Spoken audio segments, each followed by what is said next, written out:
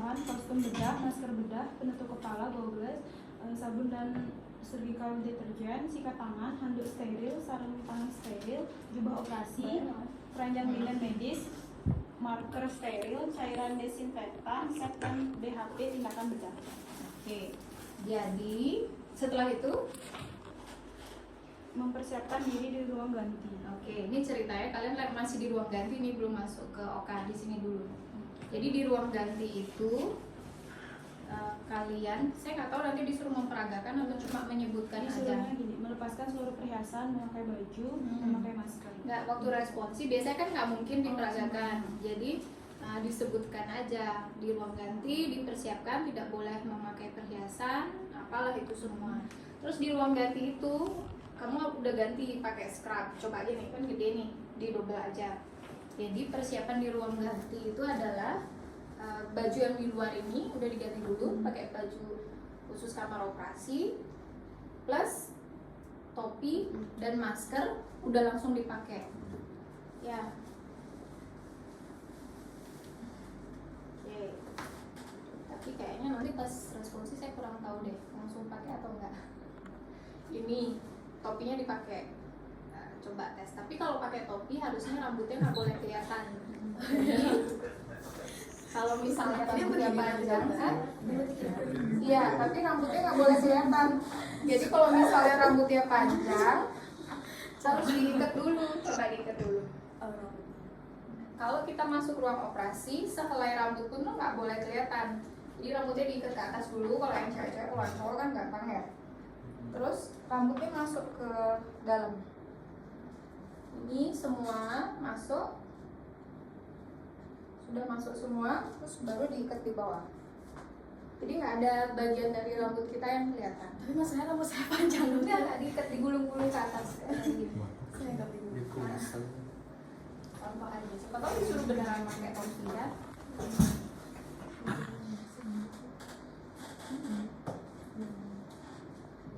Kalau cowok lebih gampang dia, tinggal pakai aja.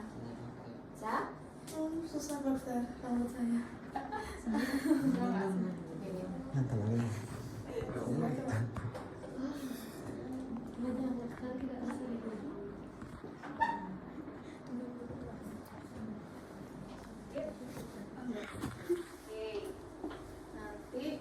dipakai topinya, ini juga masuk. Terus ada boleh pakai jepitan itu dokter? Boleh. Cuma ini saya nggak tahu nanti pas responsi disuruh memperagakan nggak. Coba ini jadi harusnya kan semua nih, semua ini udah nggak boleh ada yang kelihatan rambutnya. Nah kayak gitu. Nanti pas koas kan kayak gini juga. Oke, jadi ini masuk semua. Nah gitu. Jadi sudah siap sebelum masuk kamar operasi. Berarti sampai alis tuh nggak kelihatan? Alis kelihatan ini karena kegedean. Ini karena kegedean topinya. Sorry ya. Nih, nanti hilang cantiknya nih. Nah, gini. Boleh dilipat nanti dokter ya? Enggak, ini kan karena kegedean. Kalau di kamar operasi ya enggak. Nanti kalau nanti respon. Boleh. Tergantung siapa, nggak usah lah. Oh, dokter Diana. Iya boleh. Tapi bisa jadi kayak gitu. Nah itu nggak tahu. Tergantung orangnya nanti yang nilai siapa. Jadi harusnya dia rambut itu nggak boleh ada kelihatan. Nah, tapi ini kan udah nih. Terus checklistnya dilanjut lagi. Mencuci tangan. Mencuci tangan. Nah dari sini baru mencuci tangan kan. Berarti saya harus ke sana dokter. Anggap aja kalau di kamar operasi kan dia di luar dulu ganti baju, terus kamu masuk cuci tangan di sini aja, cuci tangan steril, terus baru masuk ke ruang operasi. Ya, jadi cuci tangannya coba di sini aja. Saya pas nanti responsi saya jelasin juga langkah-langkahnya sambil ngomong. Kalau perlu dijelaskan boleh dijelaskan, kalau nggak tunjukkan langkah cuci tangannya. Sikatnya ada nggak? Nah ini sikatnya. Anggaplah cuci tangannya di sini. Pindah dulu ya.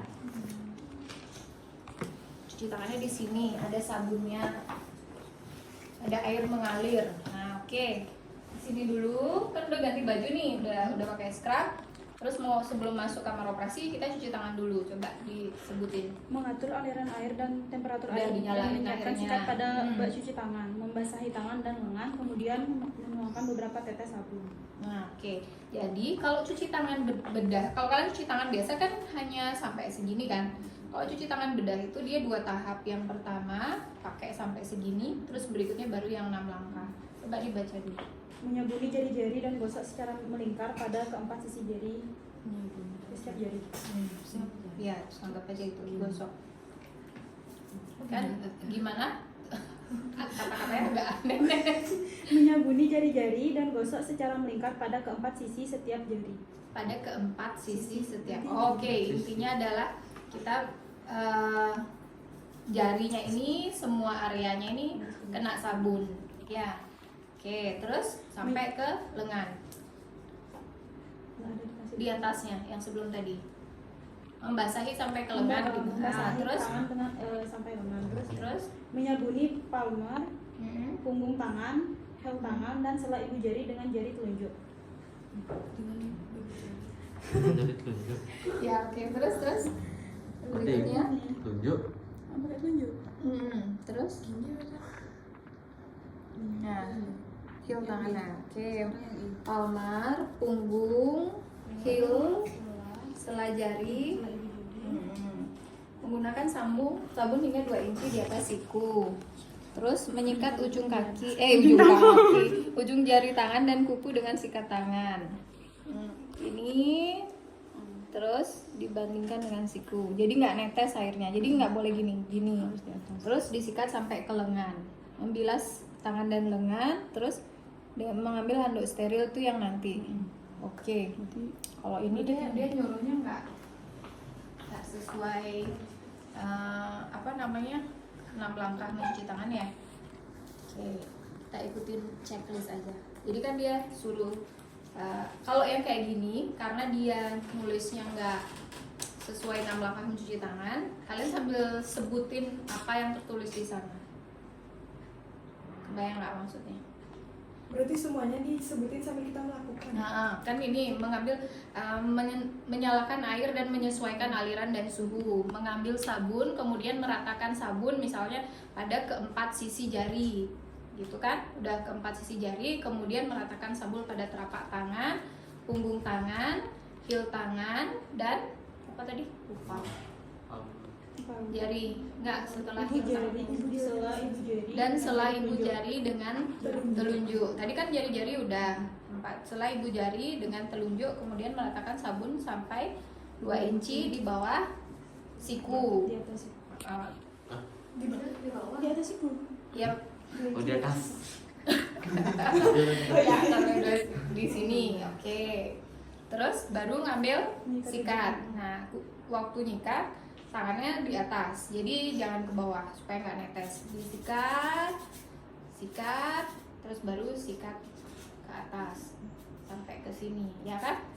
Oke, Ini telapak sama kuku nggak? ya boleh sini semua kan kuku dulu, habis itu ini disikat semua sampai ke atas. Ini dah yang bikin kulitnya kering. Oke. Habis itu dibilas lagi. Nah, itu di air. Terus handuknya itu nggak di sini, harusnya handuknya di sini. Di kamar operasi mana tadi tak tahu. Oke. Handuknya biasa di atas baju. Baru diambil handuk, terus dikeringkan, Keringannya bebas dokter. bebas. Dokter misalnya pas Cuman jangan memakai sisi yang sama. Ini kan kayak gini nih. Terus kamu ambil. Ini kan sisi yang ini udah dipakai ngelap yang ini. Terus kamu sisi yang lain dipakai ngelap yang ini. Terus langsung taruh di area non steril. Taruh tetap ke atas baru pakai baju. Gimana? dokter misalnya kita naruh ini, berarti kita boleh kayak gini. Oh, taruh ini harusnya sekali pakai dibuang. Oh, Bu. Saya langsung dulu. Iya. Ditaruh sini aja, anggap dia di biasanya kita nggak buang ke tempat sampah, jadi di tempat cuci tangan itu ininya langsung dibuang, nanti ada pegawainya yang ngambil. Karena kalau kita ke tempat sampah lagi kan kontaminasi lagi. Saya mau bagian sikat tangan. Oke, ngelap tangan dulu, Nanti saya ambilnya kayak gini. boleh. Nah, ya sampai ke ujung. Habis itu ditaruh di bawah gitu, ditaruh di bawah misalnya di sini. Jangan buangnya jangan masuk. Ini kan tangan kita steril nih, jadi kayak ya benar, buang dengan kasar. Gitu. Jadi ininya nggak boleh masuk ke dalam. Oke, ya anggaplah udah dibuang. Terus baru pakai baju. Ini kan gini nih talinya ya. Terus pegang lagi satu nggak apa-apa. Nah, terus baru masukin tangannya. Oke, satu lagi masukin dulu lengannya. Terus baru tarik ke atas. Nah, mundur dikit supaya bajunya bisa turun. Oke. Terus yang ketinggian turun dikit tangannya. Nanti langit-langitnya kamu pegang. Jadi kalau yang ngasistenin tuh megangnya boleh megang sini sedikit tapi terus tangannya masuknya ke dalam. Jadi nggak narik dari depan. Ini buat ngerapiin bajunya. Nariknya dari dalam. Cuma ini kan nggak masuk penilaian. Tapi siapa tahu nanti kalian udah koas tapi udah lupa nanti. Oke, diikat gini. Nah, udah selesai baru dipakai handshoe. Yang di bawah nggak diikat satu. Diikat harusnya. Ini kayaknya talinya cuma satu. Ada lagi. Nggak ada. Ini bilang. Oh. Kayaknya ini ditarik terus Lewat yang ya. situnya ya. Harusnya di Bisa bawah apa diikat di juga. checklistnya? Dibaca dulu checklistnya. Membuka bagian dalam PPC yang berisi sarung tangan dan ambil satu sarung tangan dengan tangan yang tertutup cervical gown. Berarti saya boleh ditutup lagi nggak dok? Boleh.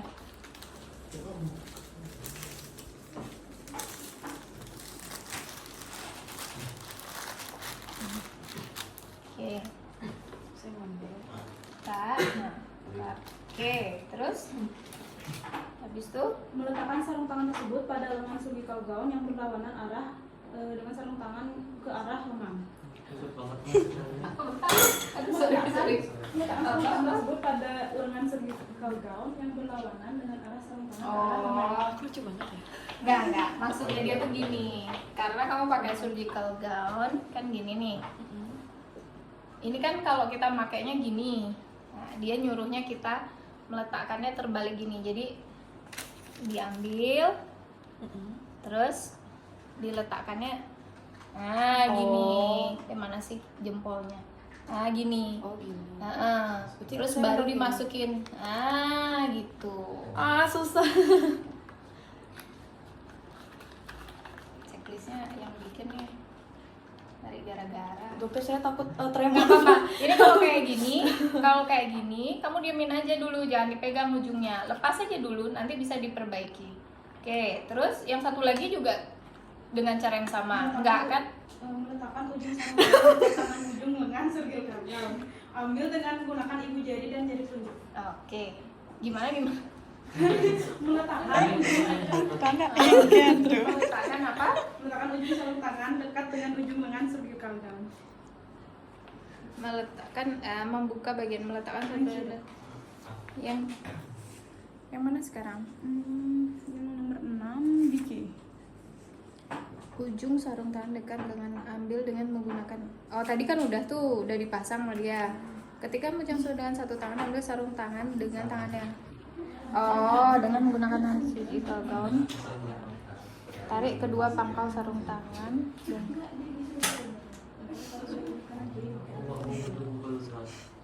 oh, Dokter ini jari saya. ini nggak apa-apa. Nggak Oh, apa-apa. beneran nggak apa-apa, tapi Ini kan segini nih. Ini nanti lanjutin. Yang ini nih masuk kayak tadi. Nah, enggak. Itu megangnya dari dalam. Dua jarinya. Enggak. Gimana? Nih, gini. Masukin. Jangan dipegang, hanya dimasukin. Saya susah dok. Nah, boleh. Nah, baru dimasukin.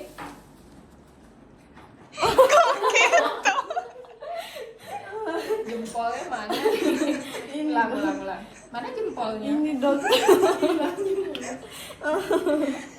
Mana? Ini dok. Coba ulang. Oke. Maaf dokter. Enggak apa-apa.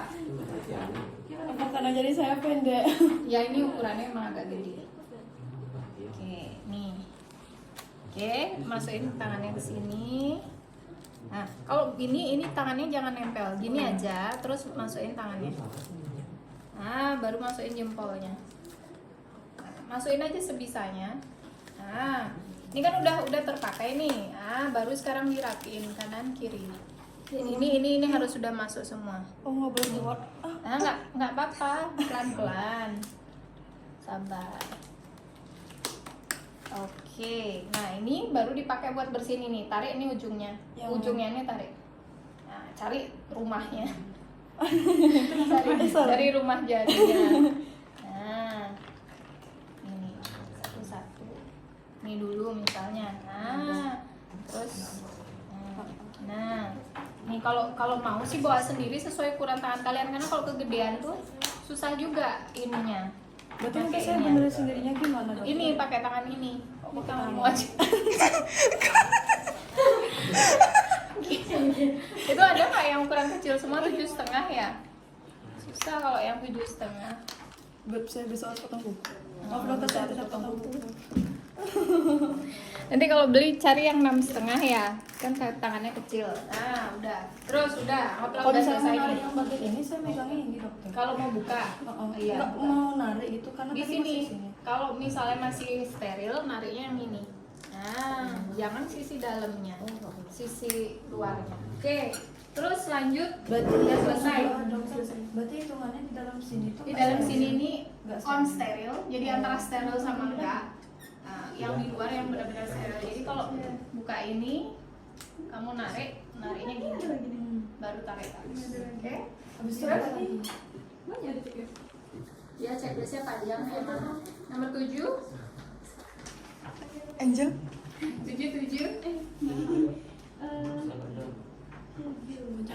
Melakukan tindakan pembedahan. Nah, Memastikan area pembedahan telah ditandai dengan marker. Berarti harus ada pasiennya dokter. iya kan pura-puranya. Senyum pasien. Oke. Terus membersihkan area pembedahan menggunakan kasa yang dicelupkan pada larutan antiseptik. Yang mejanya di Ya, jadi ceritanya ini anggaplah ini area yang mau kamu operasi. Anggap ini area yang mau kamu operasi gitu ya. Kamu jadi operatornya. Tadi kan sebelumnya itu kita udah mempersiapkan alat nih.